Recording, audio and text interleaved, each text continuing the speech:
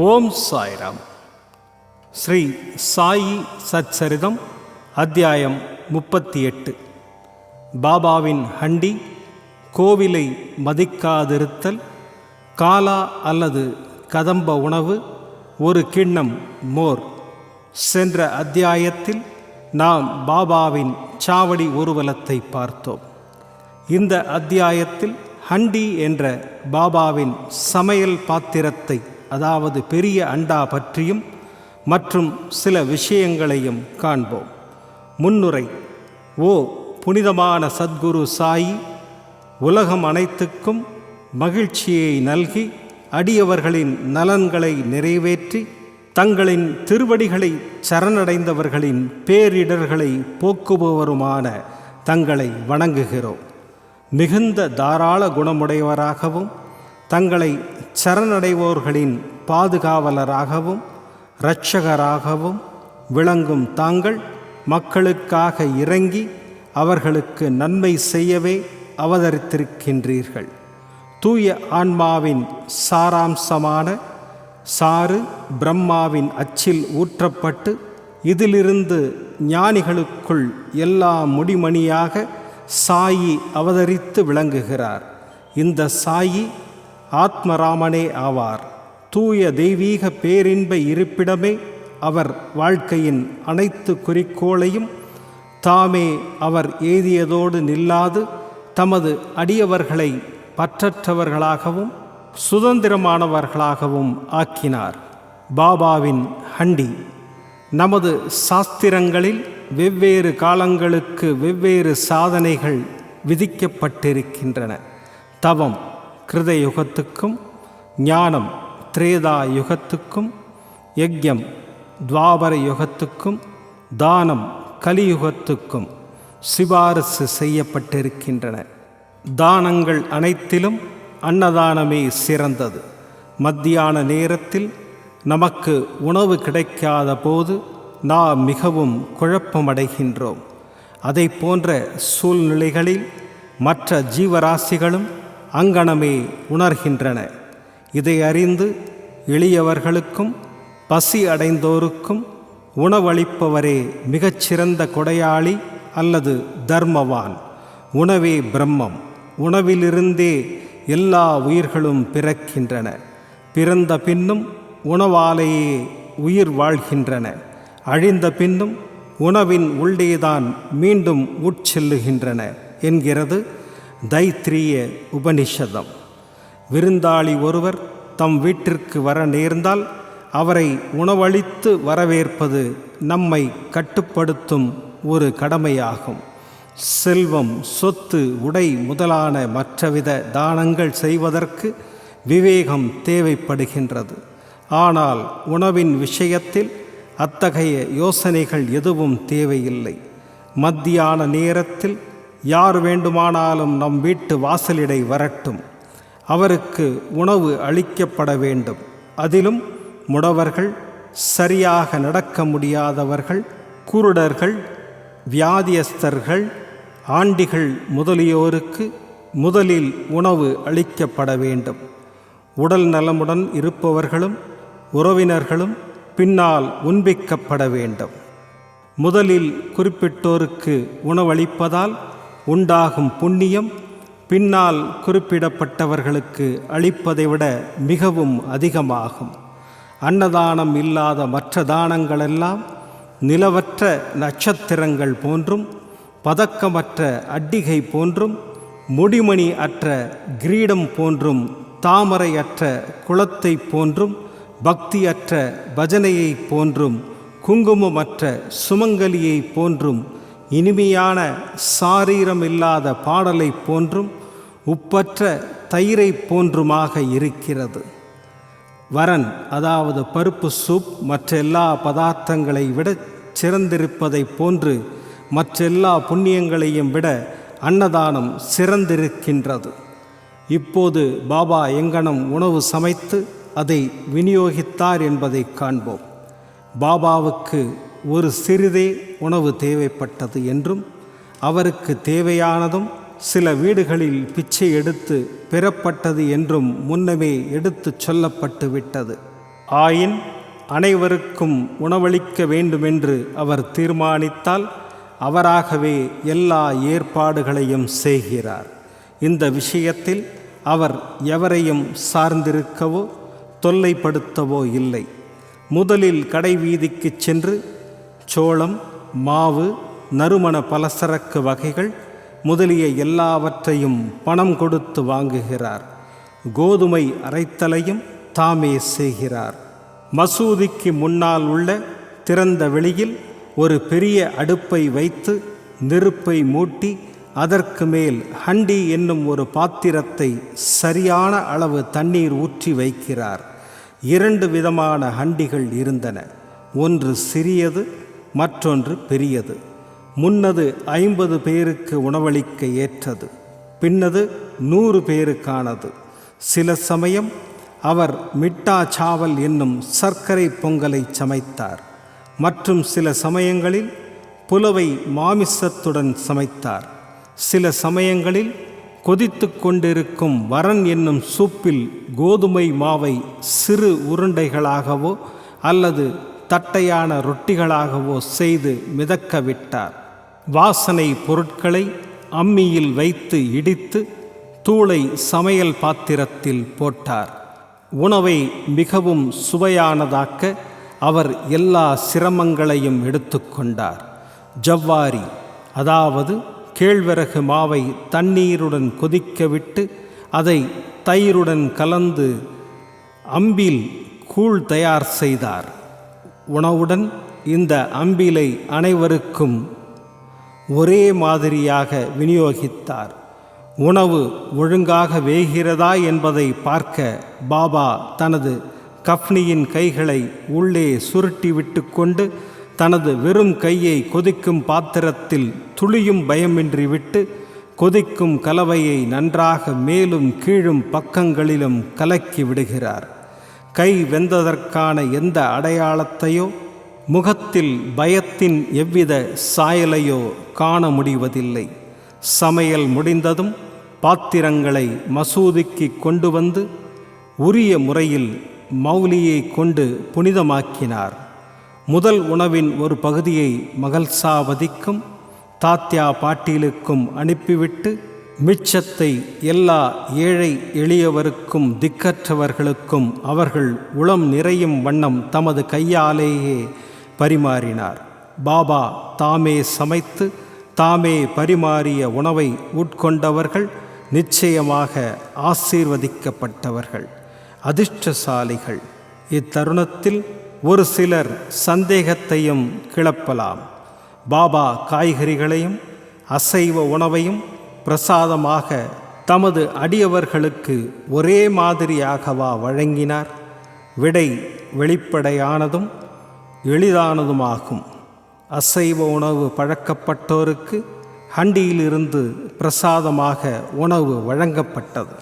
அதில் பழக்கமில்லாதவர்களை அதை தொட அனுமதிப்பதில்லை. இவ்வுணவை விசேஷமாக அனுசரிக்க அவர் அவர்களிடம் எவ்வித விருப்பத்தையோ ஆசையையோ தூண்டிவிட்டதில்லை. குருவே பிரசாதமாக எதையாவது அளிக்கும்போது அதை ஏற்றுக்கொள்ளத்தக்கதாக இல்லையா என்று எண்ணுபவன் நரகத்தை அடைகிறான் என்னும் ஒரு கொள்கை நன்றாக உறுதி செய்யப்பட்டிருக்கிறது. இந்த கொள்கையை எந்த ஒரு சீடனும் எவ்விதம் மனதில் ஏற்றுக்கொண்டிருக்கிறான் என்பதை அறிய சில நேரங்களில் பாபா சோதனைகள் நடத்துவார். உதாரணமாக, ஒரு ஏகாதசி தினத்தன்று தாத்தா கேல்கரிடம் சில ரூபாய்கள் கொடுத்து அவரையே நேராக கொர்லாவிற்கு சென்று அங்கிருந்து மாமிசம் வாங்கி வரும்படி கூறினார். இந்த தாத்தா கேல்கர் ஒரு வைதீக பிராமணர். எல்லா வைதீக சம்பிரதாயங்களையும் வாழ்க்கையில் அனுசரித்தவர். செல்வம், தானியங்கள், உடை முதலியவைகளை சத்குருவிற்கு சமர்ப்பிப்பதெல்லாம் போதாதென்றும் முழுநிறை நம்பிக்கை உள்ள கீழ்ப்படிதலும் அவரது உத்தரவுகளை சரிநுட்பமாக நிறைவேற்றுதலுமே அவரை மிகவும் மகிழ்விக்கும் உண்மையான தட்சணையாகும் என்பதை அவர் அறிவார். எனவே தாதா கேல்கர் உடைகளை உடுத்திக்கொண்டு அவ்விடத்திற்கு கிளம்பினார். பிறகு பாபா அவரை கூப்பிட்டு, நீயே போகாதே, யாரையாவது அனுப்பு என்று கூறினார். இதன் பேரில் தாதா தமது வேலையால் பாண்டுவை இதற்காக அனுப்பினார். பாபா அவரையும் திரும்பி வரச் சொல்லி அதையும் ரத்து செய்து விட்டார். மற்றொரு சந்தர்ப்பத்தின் போது புலவ் என்னும் மாமிச கறியில் உப்பு சரியாக இருக்கிறதா என்பதை சற்று சுவைத்து பார்க்கும்படி பாபா தாதாவை கேட்டார். பின்னர் சாதாரணமாகவும் முறைக்காகவும் அது சரியாக இருக்கிறது என்று கூறினார். அதற்கு பாபா, நீ அதை கண்ணால் பார்த்ததோ நாவால் சுவைத்ததோ கிடையாது. பின்னர் அது சுவையாய் இருக்கிறது என்று எப்படி உன்னால் உரைக்க முடியும்? பாத்திரத்தின் மூடியை திறந்து பார் என்று கூறிக்கொண்டே பாபா அவரது கையை பிடித்து பானைக்குள் அழுத்தி கையை முன்னால் நீட்டி கரண்டியை எடுத்து, வைதீகத்தை பற்றி கவலைப்படாமல் பதறாமல் கொஞ்சம் எடுத்து சாப்பாட்டில் போட்டுக்கொள் என்றார். தாய்க்கு குழந்தையிடம் ஒரு உண்மையான அன்பின் அலை தோன்றும்போது அதை கிள்ளிவிட்டு அழத் தொடங்கியதும் தன் மார்போடு அணைத்து கொள்கிறாள். அவ்வாறே பாபா உண்மையான தாய் என்ற முறையில் தாதா கெல்கரை இவ்விதமாக கிள்ளிவிட்டார். உண்மையில் எந்த ஞானியோ அல்லது குருவோ தடுக்கப்பட்ட உணவை தமது வைதீக சீடனை உண்ணும்படி வற்புறுத்தி அதன் மூலம் தம்மை கீழ்மைப்படுத்தி கொள்ள மாட்டார். இந்த ஹண்டி விவகாரம் 1910 வரை சில காலம் நடந்தது. பிறகு நின்றுவிட்டது. முன்னரே கூறியதை போன்று தாஸ்கனு பாபாவின் புகழை பம்பாய் மாகாணமெங்கிலும் தம் கீர்த்தனைகளால் பரப்பினார். அப்பகுதியிலிருந்து ஷீரடிக்கு மக்கள் திரளாக வந்து கூடத் தொடங்கினர். ஷீரடி சில நாட்களுக்குள்ளாகவே ஒரு புனித கஷேத்திரம் ஆகிவிட்டது. பக்தர்கள் வெகுமதி அளிப்பதற்காக பல்வேறு பொருட்களை கொணர்ந்தனர்.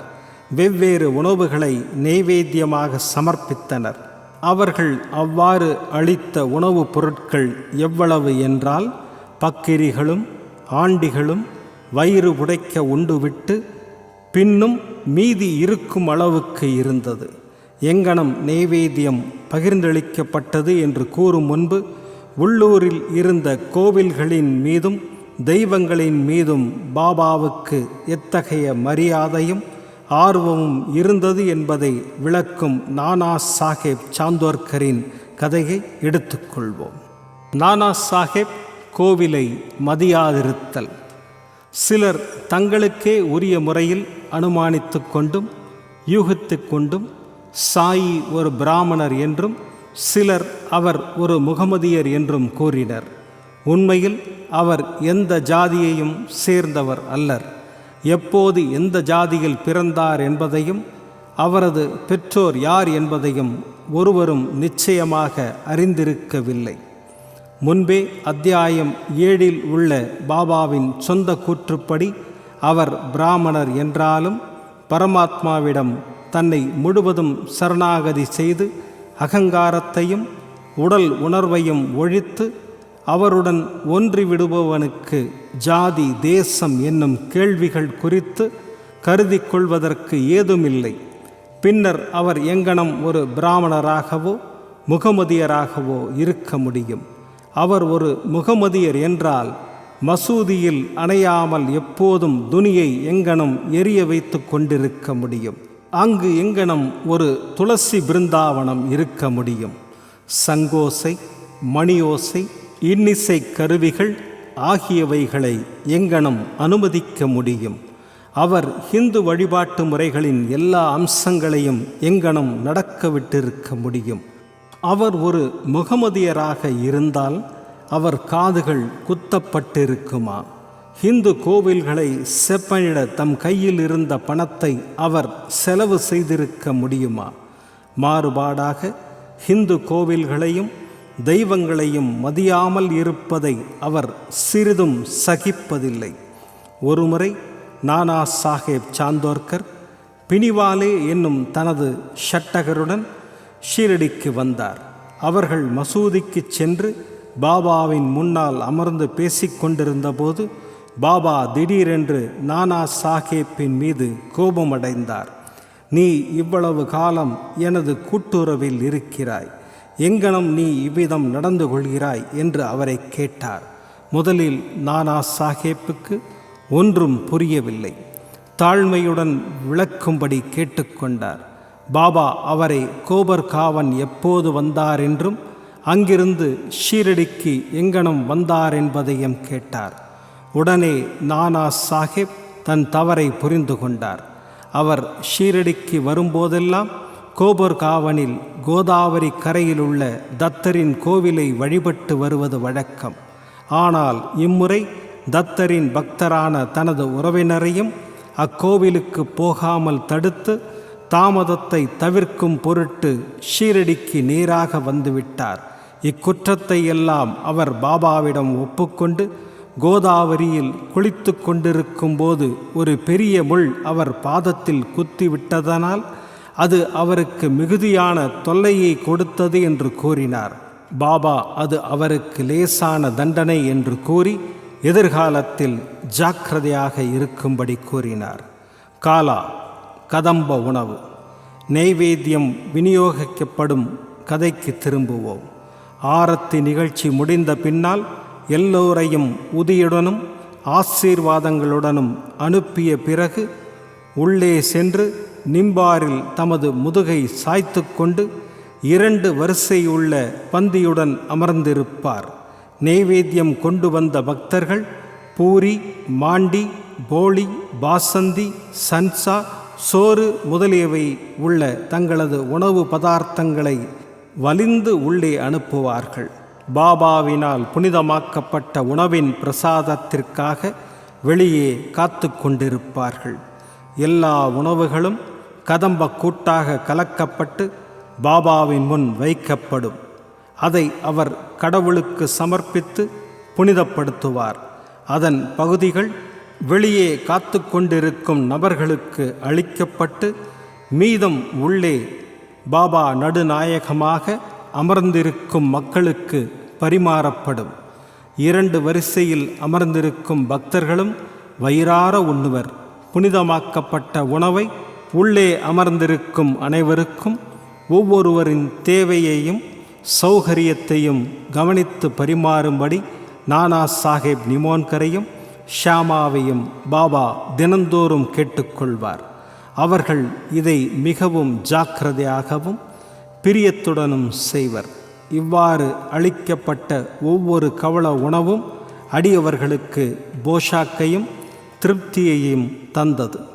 எத்தகைய இனிமையான விருப்பமான புனிதமாக்கப்பட்ட உணவு அது!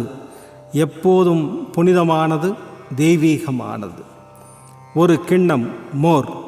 ஒருமுறை இந்த கூட்டத்தில் இருந்தபோது ஹேமத் பந்த் வயிறு நிறைய சாப்பிட்டு விட்டார். அப்போது பாபா அவருக்கு ஒரு கிண்ணத்தில் மோர் கொடுத்தார். அதன் வெண்மையான தோற்றம் அவரை மகிழ்வித்தது. ஆனால் வயிற்றில் அதற்கு இடம் இருக்காது என்று அஞ்சி லேசாக உறிஞ்சினார். மிகவும் சுவையாக இருந்தது. அவரது தடுமாறும் எண்ணத்தை புரிந்து கொண்ட பாபா, எல்லாவற்றையும் குடித்துவிடு, இனிமேல் இம்மாதிரி வாய்ப்பு உனக்கு கிடைக்காது என்று கூறினார். அப்போது ஹேமத் பந்த் அதை முழுக்கவும் பருகினார். பாபாவின் உரை தீர்க்க தரிசனமானது என்று கண்டார். ஏனெனில் பாபா சீக்கிரத்தில் மகா சமாதி அடைந்தார். இப்போது வாசகர்கள் ஹேமத் பந்துக்கும் நிச்சயம் நன்றி செலுத்த வேண்டும். அவர் கிண்ணத்தில் இருந்த மோரை அருந்தினார். ஆனால் பாபாவின் லீலைகள் என்ற ரூபத்தில் வேண்டிய அளவு அமிர்தத்தை நமக்கு விநியோகித்தார். பற்பல கிண்ணங்கள் அமிர்தத்தை நாம் பருகுவோம், திருப்தி அடைந்து மகிழ்வோம். ஸ்ரீ சாயியை பணிக. அனைவருக்கும் சாந்தி நிலவட்டும். விதம் விதமான பக்தி நிகழ்ச்சிகளை உங்களுக்காக தந்து கொண்டிருக்கிறது உங்கள் கோபுரம் டிவி. உங்களுக்கு பிடித்த நிகழ்ச்சிகளை லைக் செய்யுங்கள், உங்களுக்கு பிடித்த மாணவர்களுக்கு ஷேர் செய்யுங்கள். மேலும் சப்ஸ்கிரைப் செய்வதோடு மட்டுமல்லாது அருகில் இருக்கும் பெல் பட்டனை கிளிக் செய்து கோபுரம் டிவி நிகழ்ச்சிகளை உடனுக்குடன் தெரிந்து கொள்ளுங்கள். மற்றும் ஒரு மகிழ்ச்சியான செய்தி, கோபுரம் டிவி ஆப்பை கூகுள் பிளே ஸ்டோரில் ஃப்ரீ டவுன்லோட் செய்து கோபுரம் டிவி நிகழ்ச்சிகளை தொடர்ந்து கண்டுகளியுங்கள். பாருங்கள், ரசியுங்கள், பரவசமடையுங்கள். gopuramtv.com. பக்திமயம்.